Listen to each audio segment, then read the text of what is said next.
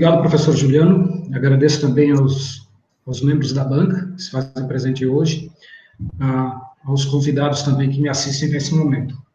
Então, vou iniciar a apresentação a defesa da minha dissertação, que é intitulada Análise de Indicadores de Desempenho e de Qualidade de Energia de um Sistema Fotovoltaico com distintos fatores de dimensionamento de inversor, realizada por mim, Geóvio Protti, com orientação do professor Juliano Artes Rampinelli.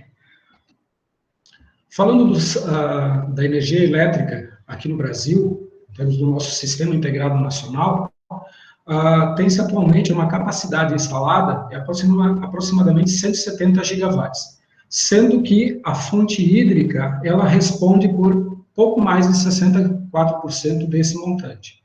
Em relação à energia solar fotovoltaica, e em específico da geração centralizada, se observou um crescimento, uma evolução na potência instalada nos últimos 3 anos, quando saiu de 1,82 gigawatts lá em 2018, passando 2,47 gigawatts em 2019, chegando a 3,09 em 2020. Já em relação à geração distribuída, essa evoluiu, passando de 590 megawatts em 2018, passando para 2,12 gigawatts em 2019, chegando ao final de 2020 com a potência instalada de 4,65 gigawatts, observando-se, nesse caso, um crescimento bastante expressivo nessa modalidade de geração. Os percentuais que representaram em relação ao total da energia solar fotovoltaica no país passaram de 24% para 46% no segundo ano de exposto, chegando a 60% no ano passado. Sendo que esses valores, agora em 2021, até o 3º mês desse ano, eles já são de aproximadamente 3,3 gigawatts para o caso da geração centralizada e de 5,2 gigawatts para a geração distribuída. No contexto da geração fotovoltaica, agora integrada às edificações, né?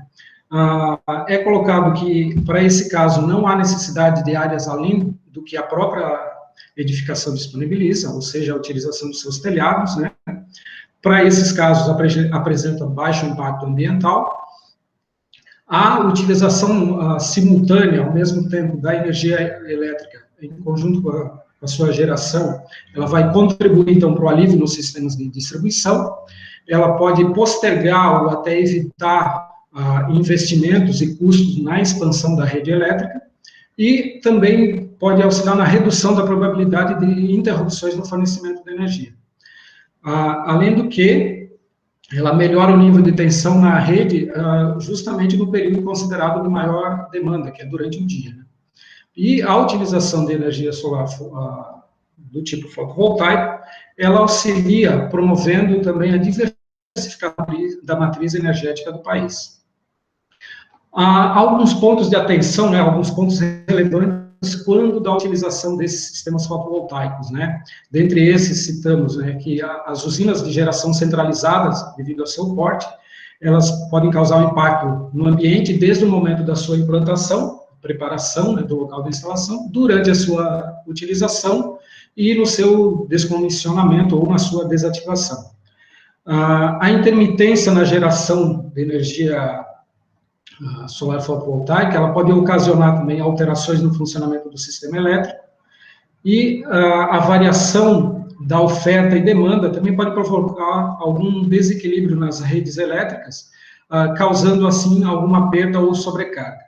Obviamente, esses dois itens já são tratados, né, de modo a mitigar esses efeitos que possam ocorrer nas redes. E tem-se também que tanto a produção quanto o descarte dos módulos fotovoltaicos pode ocasionar alguma degradação no ambiente, se não for feito corretamente, gerando resíduos que são contaminantes ao ambiente.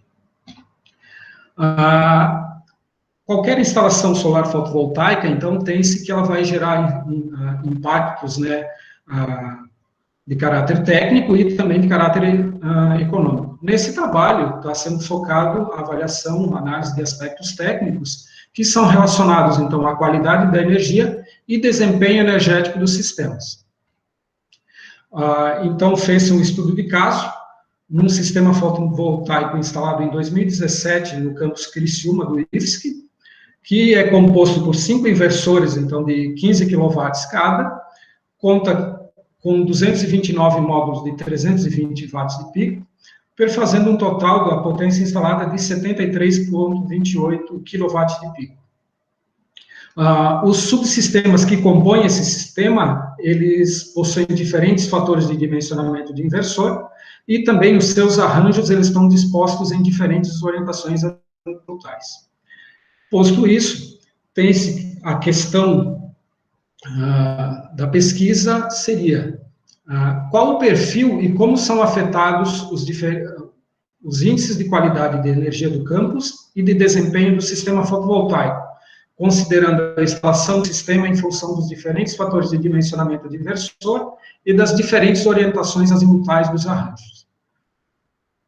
De modo a responder essa questão, formulou-se como objetivo, então, analisar os indicadores de desempenho e qualidade de energia do sistema fotovoltaico, que apresenta distintos fatores de dimensionamento de inversor e diferentes também orientações azimutais. Desmembrando esse objetivo em objetivos específicos, temos a caracterização da edificação do campus Criciúma em termos do consumo energético mensal e também alguns outros fatores relacionados à energia elétrica, o monitoramento do sistema fotovoltaico a partir de parâmetros operacionais, a avaliação e análise dos efeitos dessas diferentes características da instalação dos subsistemas e do sistema de geração de energia elétrica, a análise da contribuição do sistema instalado atualmente, tanto em termos de geração mensal quanto anual, a determinação de indicadores e análise desses, né, para verificar o desempenho energético do sistema e também dos seus subsistemas. Por fim, a medição de parâmetros de qualidade e análise dos impactos que o sistema fotovoltaico ocasionará a partir desses indicadores, né, então, de acordo com as normativas vigentes.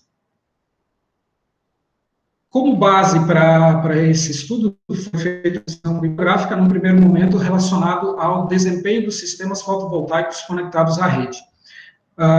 Primeiro ponto sobre a importância dessas análises, né, elas são colocadas como subsídio para o desenvolvimento de tecnologias e mesmo da indústria relacionada ao setor fotovoltaico, permitem também diagnosticar a qualidade dos sistemas implantados, também possibilitam a identificação de necessidades de melhorias nesses sistemas e podem definir também expectativas quanto ao retorno financeiro desses sistemas. Para isso, para a avaliação do desempenho, são utilizados, então, indicadores ou índices de mérito, que são parâmetros que vão auxiliar na caracterização dos equipamentos, também das tecnologias ou dos sistemas empregados. E eles vão retratar, então, a performance e o desempenho na conversão de energia desses sistemas. Em relação ao dimensionamento dos sistemas fotovoltaicos, é empregado o fator de dimensionamento de inversor, tratado como FDI, e ele é oriundo da proporção entre as potências nominais dos inversores e em relação aos arranjos fotovoltaicos conectados a ele. Verificando na bibliografia dos últimos anos, a maior parte dos autores realizaram, em relação a esse ponto, simulações, empregando dados climatológicos de 1 a 10 anos. Foi colocado, né, que o FDI pode variar, então, de acordo com a tecnologia utilizada na construção dos módulos, que os FDIs baixos, eles podem reduzir o custo da energia gerada. Diferentes autores encontraram diferentes faixas consideradas ótimas em função da análise da rentabilidade do sistema, sendo elas entre 0,84 e 0,88, entre 0,67 e 0,76, entre 0,80 e 0,89, por exemplo. Também foi colocado que FDIs baixos, eles podem diminuir a geração pela limitação da potência dos inversores, e outro autor coloca que uma maior produção de energia pode ser obtida com a utilização do FDI de 1,25. Na bibliografia também encontrou-se um caso extremo de um FDI empregado de 0,48, bem baixo, né? mas isso instalado lá na Finlândia, em função da utilização desse FDI, em função da baixa irradiância verificada no local. E, por fim, outra autora coloca que, quando se instalam sistemas com FDI menor do que 1, isso pode ocasionar uma redução na vida útil dos inversores em função dos estresses, principalmente térmicos, a que eles são submetidos. Continuando com a revisão bibliográfica, em relação à orientação e inclinação dos arranjos dos sistemas fotovoltaicos, nós temos a orientação azimutal, então que ela vai corresponder ao posicionamento, né, da face dos módulos em relação ao norte geográfico, e o ângulo de inclinação, que ele indica qual o ângulo dos módulos em relação à superfície horizontal. A bibliografia a respeito, né, tratada pelos autores, traz que há uma predominância de orientação ao norte quando os sistemas são instalados no hemisfério sul e orientação ao sul quando instalados no hemisfério norte. Pequenas variações na orientação de até 10 graus, elas podem ocasionar um deslocamento da curva de geração para mais cedo ou mais tarde no decorrer do dia. Em relação à inclinação, cita-se muito, né, predomina que esta seja igual à latitude do local de instalação dos sistemas, e ajustes sazonais na inclinação, sendo eles de até 15% a mais no inverno e a menos no verão, elas podem ser realizadas para fins de melhorar o desempenho do sistema. Correções mensais ou ajustes mensais na inclinação, elas podem trazer ganhos na geração de até 6%, sendo que ganhos maiores, né, a elevação na geração de até 37%, podem ser obtidos com a utilização de seguidores solares.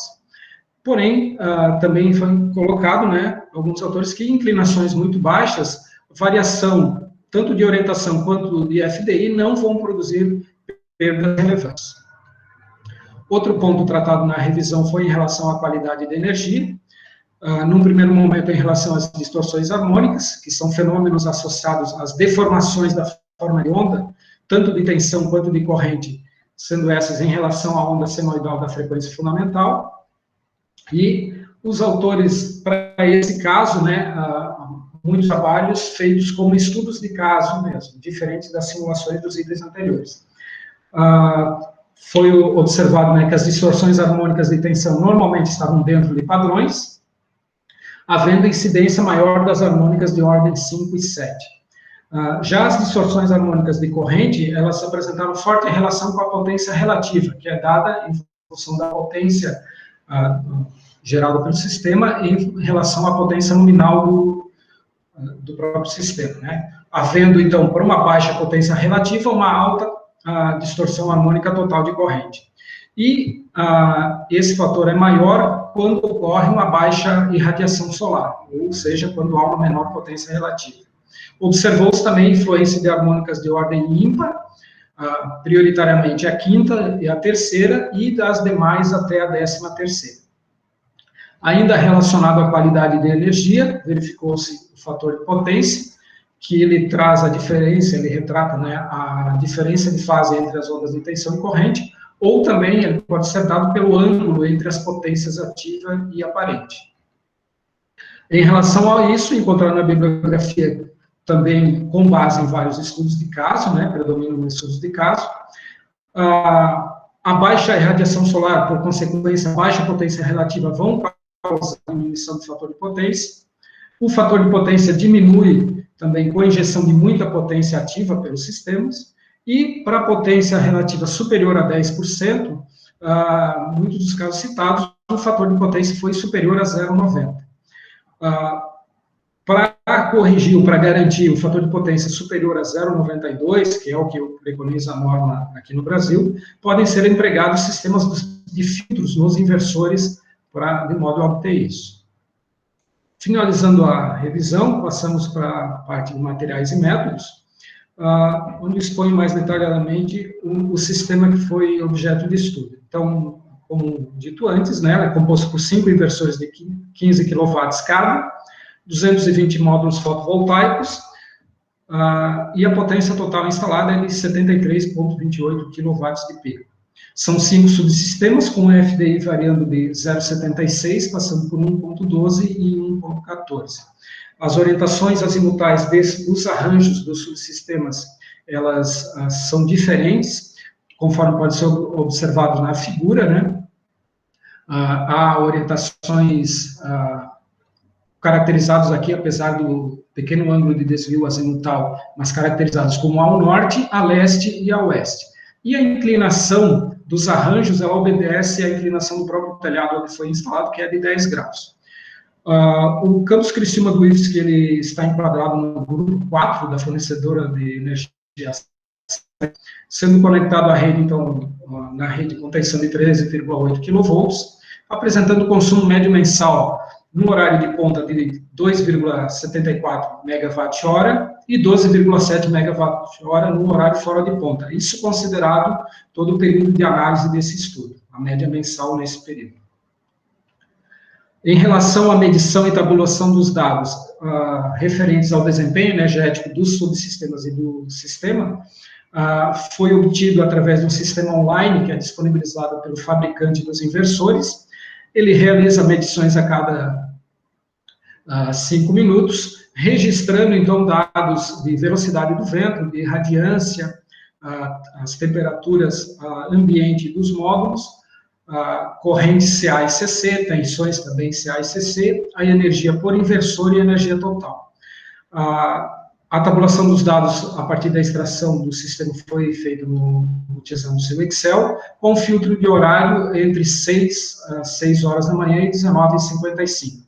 A figura apresenta uma amostragem, um gráfico que o próprio sistema online disponibiliza para verificação, porém foram extraídos em forma de tabelas e posteriormente compilados no Excel. Em relação à qualidade de energia, as medições foram feitas utilizando-se um analisador de qualidade de energia, a marca Fluke, sendo que esse equipamento leitura a cada 10 minutos. Os dados medidos e registrados, então, são tensões e corrente CA, frequência, potência ativa, reativa e aparente, o fator de potência, as distorções harmônicas de tensão e corrente, e energia ativa e reativa. Esses dados, por sua vez, eram compilados e gerado uma tabela para exportar com a utilização do aplicativo também do fabricante do equipamento e, posteriormente, tabulados em planilha Excel. A figura apresenta uma foto do equipamento utilizado para as medições relacionadas, então, à qualidade de energia. Na sequência, passo a apresentar, então, os resultados que foram obtidos durante o período de medições e análise. Iniciando com a análise de desempenho, tratando do sistema completo, traz aqui esse gráfico a energia gerada em quilowatt-hora, desde novembro de 2017 até outubro de 2019, que foi o período considerado para análise, e também as curvas de radiação verificadas nesse período. As médias mensais verificadas nesse período, em termos de radiação, elas diminuíram de 2018 para 2019, passando de 130 kWh por metro quadrado para 112 no segundo ano de análise, e a energia, por sua vez, também houve uma redução, passando de 7.830 kWh para 7.330 no segundo ano. As amplitudes encontradas nos 2 anos de análise, em termos da energia, foram entre dezembro e julho do primeiro ano, né, quando passou de 10.830 kWh para 4.930, e no segundo ano, entre dezembro e maio, que passou de 11.580 para pouco mais de 4.300 no segundo ano. Em relação ainda ao sistema completo, né, o indicador de rendimento final. A média mensal de rendimento, ela diminuiu do primeiro para o segundo ano de análise, passando de 106,8 para 100 kWh por quilowatt de pico, sendo que a média diária, verificada também em cada ano, passou de 3,67 para 3,29. As maiores diferenças se encontraram no primeiro ano entre os meses de dezembro e julho, quando o rendimento diminuiu de 147,8 para 86,8 kWh por quilowatt de pico, e no segundo ano, essas diferenças mais expressivas se encontraram entre os meses de dezembro e maio, quando ela diminuiu de 158 para 69,3.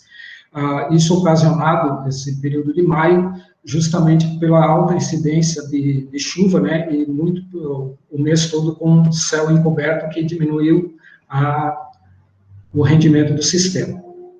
Em relação à taxa de desempenho, essa cresceu de um ano para outro, sendo de 81,6% no primeiro ano, passando para 89,1% no segundo, sendo que as diferenças maiores no primeiro ano se encontraram entre os meses de dezembro e maio, quando a taxa passou de 87,5% para 75,7%, e no segundo ano, entre outubro e junho, quando ela diminuiu de 95,4% para 83,3%. Ainda tratando do sistema completo, em relação ao seu desempenho, o indicador de eficiência global, ele aumentou de 13,6% em 2018 para 14,9% em 2019, sendo que as maiores diferenças foram encontradas no primeiro ano, entre os meses de dezembro e maio, com 14,6% e 12,3%, respectivamente, e no segundo ano, entre outubro e junho, quando ela passou de 15,9% para 13,9%. Já as perdas, tanto de captura quanto de sistema, foram mais expressivas as perdas de captura, sendo que também diminuíram de um ano para outro, passando de 15,1% para 7,6%, e as perdas de sistemas praticamente estáveis, sendo 3,8% no primeiro ano e 3,7% no segundo. As médias anuais dadas em valores absolutos, de quilowatt-hora por quilowatt em pico, foram as de captura em 2018, 18,99 e 7,94 no segundo ano. Já as perdas de sistemas diminuíram, houve uma menor diferença, passando de 4,2 a aproximadamente 3,8 no segundo ano de análise. Agora, tratando da análise de desempenho dos subsistemas em separado. Primeiro, comparando-se dois subsistemas que apresentam um FDI diferente. O primeiro, o subsistema 1, com FDI de 1,12, e o subsistema 2, que apresenta o FDI 0,76. Então, sendo tratado o primeiro como sobredimensionado e o segundo como subdimensionado. Em relação ao seu rendimento final, considerando períodos aqui de verão caracterizado como os meses entre dezembro e março, e inverno entre maio e agosto. Esses períodos foram considerados ao se observar os resultados, onde havia uma diferença mais significativa que valeria a análise. Então, em relação ao rendimento, tem-se que no subsistema 1 ela foi maior no verão, com 555,3 kWh por quilowatt de pico, enquanto que no sistema 2 esse rendimento foi de 528. Já no inverno, houve uma inversão, sendo o subsistema 2 com um rendimento maior, de 312,5, e o subsistema 1 apresentou, nesse período, 305,4. Em relação à taxa de desempenho, então, essa foi melhor no verão também para o subsistema 1, com aproximadamente 89%, e o subsistema 2, 84,6%. Já no inverno, de novo, o subsistema 2 apresentou desempenho melhor, chegando a aproximadamente 86%, enquanto que o subsistema 1 teve aproximadamente 84%. Seguindo aqui, em termos de eficiência global, no verão foi maior a eficiência do subsistema 1, com 14,8%, e o subsistema 2 apresentou 14,1%. No inverno, também essa inversão, sendo maior a eficiência do subsistema 2, com 14,3%, e 14% no subsistema 1. Em termos de perda, as perdas de captura, no caso, elas foram maiores, apresentando 156,5 kWh por quilowatt de pico de perda, enquanto que no sistema 1 foi de pouco mais de 97. Já no inverno, as perdas foram maiores no subsistema 1, com 97 kWh por quilowatt de pico, enquanto que no subsistema 2 foi de pouco mais de 84. Em relação às perdas de sistemas, elas apresentaram valores similares nos dois subsistemas durante todo o período de análise, ligeiramente superiores no período de verão. Agora, a comparação, ainda analisando-se os subsistemas separadamente, porém, comparando sistemas com orientações diferentes, considerando, então, o subsistema 1, que é orientado ao norte, e o subsistema 5, que possui arranjos orientados a leste e a oeste. Em relação ao rendimento, verificou-se que no verão o subsistema 5 apresenta maior rendimento final, com aproximadamente 556 kWh por kW de pico, e o subsistema 1 com 555. No inverno, o subsistema 1 apresentou rendimento maior, de 305,4, enquanto que o do subsistema 5 ficou pouco superior a 284 kWh por kW de pico. Em relação à taxa de desempenho, essa foi o maior no subsistema 5 no verão, com pouco mais de 89%, enquanto que no subsistema 1 ela foi de 88,8%, e no inverno foi maior no subsistema 1, com 83,9%, sendo 78,3% do subsistema 5. Em relação ao indicador de eficiência global, esse também foi maior no subsistema 5 no verão, com 14,9%, pouca diferença em relação ao subsistema 5, né, que apresentou 14,8%. Já no inverno, a diferença foi um pouco maior, em pontos percentuais, quando o subsistema 1 apresentou 14% e o subsistema 5 apresentou 13,1%.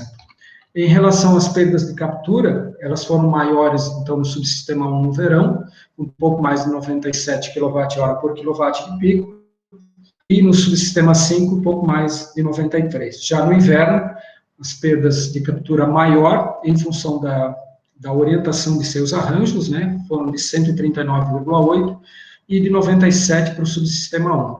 As perdas de sistema, como constatado anteriormente, elas apresentaram também valores similares durante todo o período de análise, ligeiramente superiores no período de verão.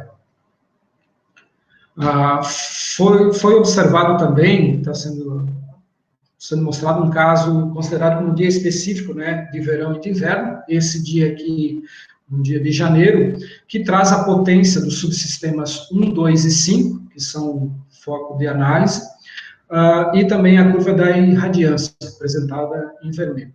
Observa-se um ceifamento, né, um corte nessa curva de potência, quando dá de irradiações maiores, ou seja, pela limitação de potência do próprio inversor, em função da atuação dos seus dispositivos de proteção térmica e de sobrecarga. Isso pode ser observado nessa curva que correlaciona, então, potência e radiância. A curva superior, em azul, ela traz a curva do subsistema 2 num dia de verão, onde se observa que a partir de aproximadamente 900 watts por metro quadrado de irradiância, ocorre a formação de um platô, ou seja, mesmo com o incremento da irradiância, a potência não cresce, devido a essa limitação do inversor. Isso não ocorre no subsistema 1, no verão, devido ao seu sobredimensionamento. Então, a curva, para esse caso, ela permanece linear para toda a faixa de irradiância verificada.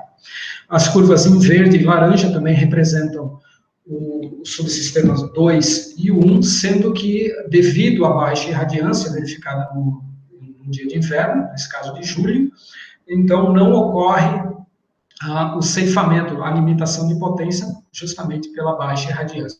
A potência gerada é menor também nesse período.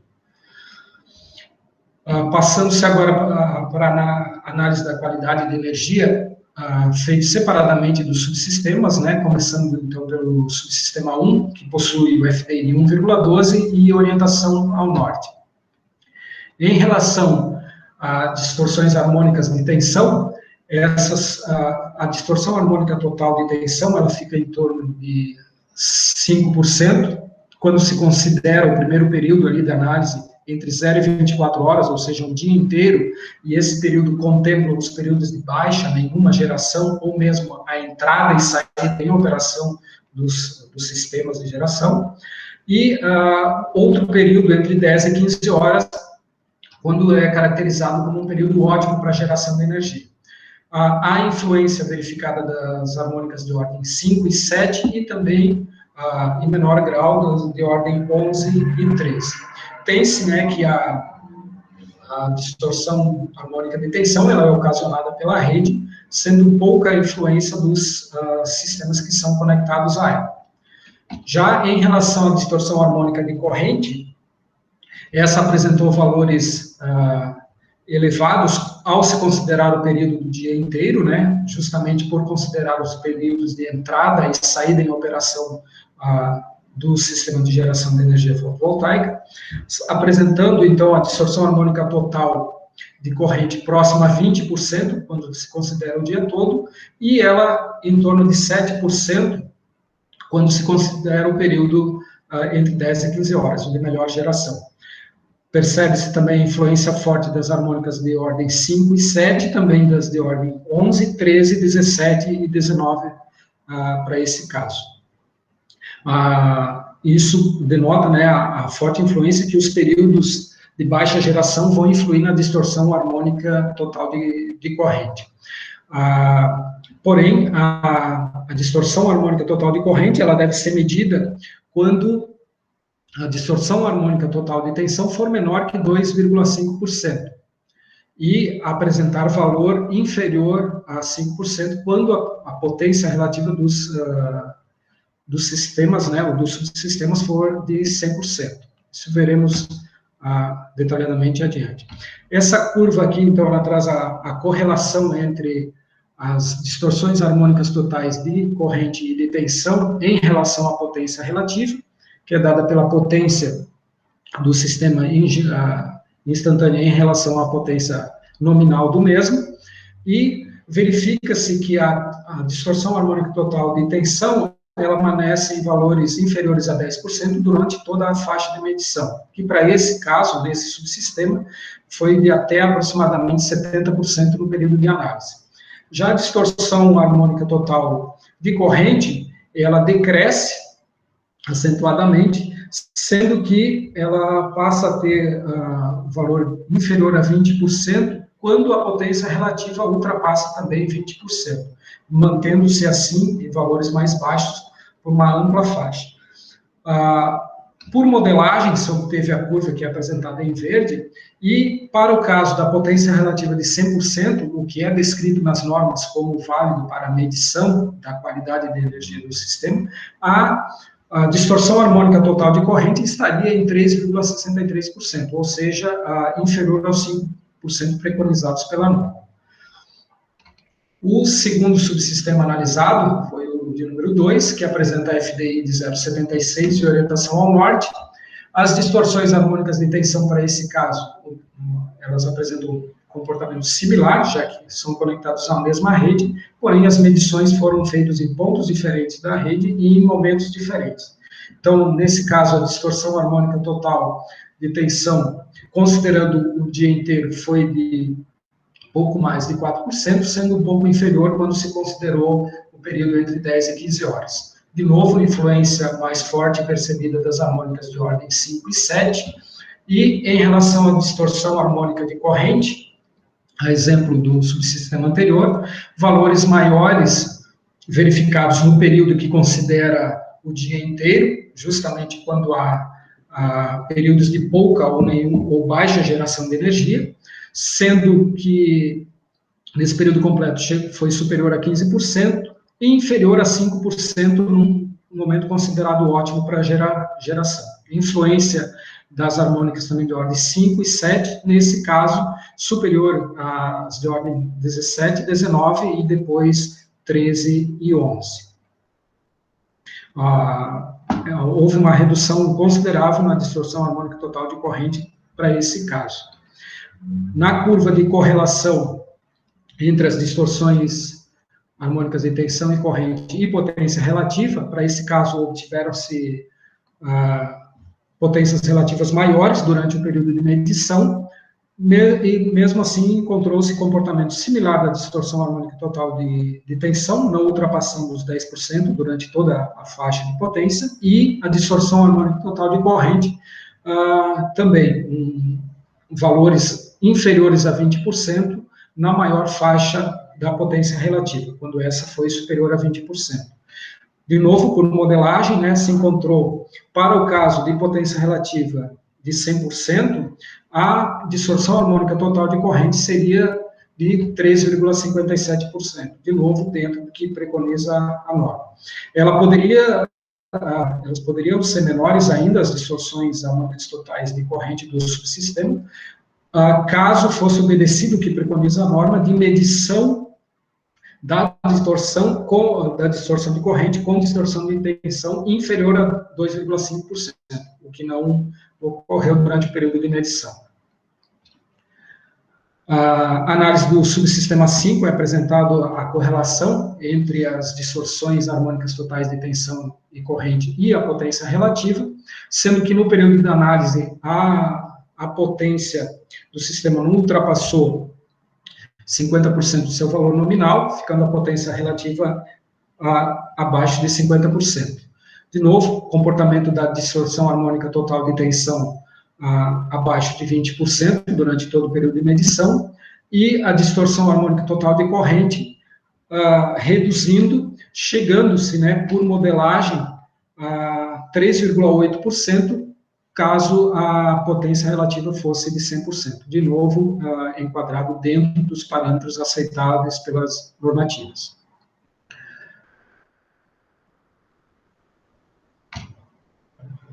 Em relação ao outro item relacionado à qualidade de energia, o fator de potência, aqui tem-se a correlação então, do fator de potência e potência relativa para o subsistema 2. Nesse, observa-se que, para a potência relativa superior a aproximadamente 10%, o fator de potência já alcança valores preconizados pela norma, ou seja, acima de 0,92. E mantendo-se próximo à unidade, acima de 20% da potência relativa. O outro gráfico mostra isso também, trazendo, né, as informações de potência relativa e fator de potência para o caso de um dia em específico, e os pontos destacados no gráfico, né, trazem que para a potência relativa pouco superior a 11%, o fator de potência já é de 0,96, ou seja, superior ao que a norma preconiza. De novo, por questões normativas, a medição do fator de potência tem que ser para o sistema operando com 100% de potência relativa. Foi realizado também essa análise do subsistema 5, então a curva de correlação do fator de potência e potência relativa desse subsistema, similar ao anterior, quando que para valores superiores a aproximadamente 10% da potência relativa, já também se ultrapassa o valor normativo do fator de potência, e ele apresenta um comportamento estável e próximo à unidade, com potências relativas superior a 20%. A curva de um dia com períodos destacados ali, bem evidente que quando a potência relativa é superior a 8,2% aproximadamente, o fator de potência já é superior ao preconizado pela norma, que é 0,92, sendo aqui no caso 0,94. Como conclusões a respeito do que foi observado e trazido aqui, em relação ao sistema completo, né, tratando-se do desempenho energético, o rendimento final ele diminuiu com a diminuição da irradiação solar, e os valores máximos dessa grandeza foram obtidos nos meses de maior irradiação, ou seja, no verão. Em relação à taxa de desempenho, ela melhorou com a diminuição da radiação solar, o que foi observado de um ano para o outro, né, justamente pela diminuição de perdas também. Já o fator de capacidade, ele diminuiu com a redução da irradiação e mais fortemente no período de ocorrência de céu encoberto e períodos de chuva também. Quanto às perdas, né, as perdas de sistema elas variaram um pouco e as de captura diminuíram nesse período, de um período para outro de análise, né.